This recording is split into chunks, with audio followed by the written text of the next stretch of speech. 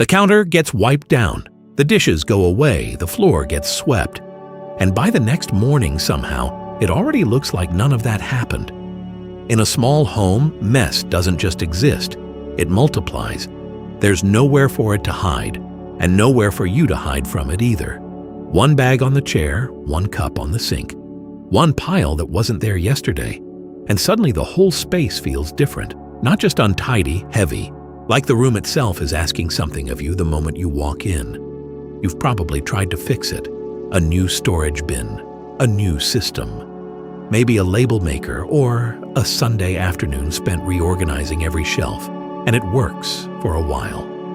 Then life happens, a busy week, a tired evening, and you're back where you started, wondering if a small home is just always going to feel this way. It doesn't have to. What changes things isn't a bigger system. It isn't more storage. It's one small habit placed at exactly the right moment in your day that quietly holds everything else in place. This video is about that habit, about why small homes don't need complicated routines. They need one anchor, one gesture that happens so consistently it stops feeling like effort. Stay until the end, because the last idea is the one that tends to make the biggest difference, and it takes less than 2 minutes to put into practice. There is a concept in Japanese that feels like it was made for this: katachi. It means form or shape, but in practice it carries something deeper. It describes the idea that the shape of a routine gives shape to the day itself, that when your actions have a reliable form, your mind can rest inside that form instead of constantly deciding, adjusting, resisting. In a small home, this matters even more, because the space itself has so little margin. One thing out of place is visible. One habit missing is felt. The first idea is what researchers call habit stacking, and what might be easier to think of as an anchor.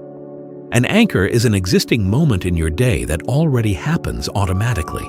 The coffee starts brewing, you step out of the shower, you pick up your keys before leaving. These moments are already there. The practice is simple. Attach one small home action to one of them. Not a cleaning session, not a to-do list. One action. Wipe the counter while the coffee brews. Hang the towel while the conditioner sits. Put your bag away before you sit down. What makes this powerful isn't the action itself. It's the placement. When something always happens after something else, the brain eventually stops deciding and just does. The anchor carries the habit. The second idea is the reset, and this is the one most small home dwellers skip without realizing how much they need it. A reset isn't cleaning, it isn't organizing. It's a 2-minute pass through the space once a day at the same time that puts things back to baseline. Not perfect, just back.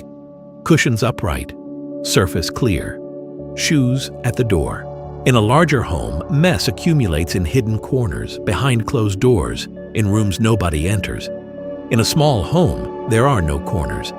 Everything is always visible, which means a daily reset has an outsized effect. 2 minutes in a small space can feel like someone cleaned for an hour. If you've been feeling like your home needs a complete overhaul before you can even start, there's something in the first pinned comment worth a look. It's called the Peaceful Home Kit, and it was designed for exactly this. Building a home routine around your actual life, not a perfect version of it. It might be the missing piece. The third idea might be the most counterintuitive. It's the practice of not finishing. Most of us have been taught that every task should be completed. Dishes washed, dried, and put away. Laundry folded and in the drawer. Surfaces not just wiped, but reorganized. But in a small home with a real life, that standard creates paralysis. Because if you can't do it all the way, you don't start. And the pile grows. The shift is small but significant. Lower the bar for what counts as done. Dishes washed counts. Laundry in a neat pile on the bed counts. Surface cleared of dishes counts, even if the decorative items aren't perfectly arranged. Progress in a small space is still progress. It compounds, and it feels better than waiting for the perfect moment that never comes. The fourth idea is about what you bring in. In a small home, accumulation is the enemy, and it arrives quietly. One new mug, One bag from the pharmacy. One thing bought because it was on sale and seemed useful. Minimalism isn't about emptiness, it's about the ratio between what a space can hold and what you put into it. And in a small home, that ratio tips faster than anywhere else. The practice here is a simple pause before anything enters. Does this replace something, or does it add? If it adds, where does it live? If there's no clear answer, that's information. Many people buy more organizers trying to solve a clutter problem, when the real solution is fewer things to organize. The organizer becomes one more object. The pause becomes the habit. What this video was really about isn't habits. It's the relationship between your space and how you feel inside it. A small home can be a sanctuary, not despite its size, but because of it. Fewer rooms means less to manage. Less surface means less to lose.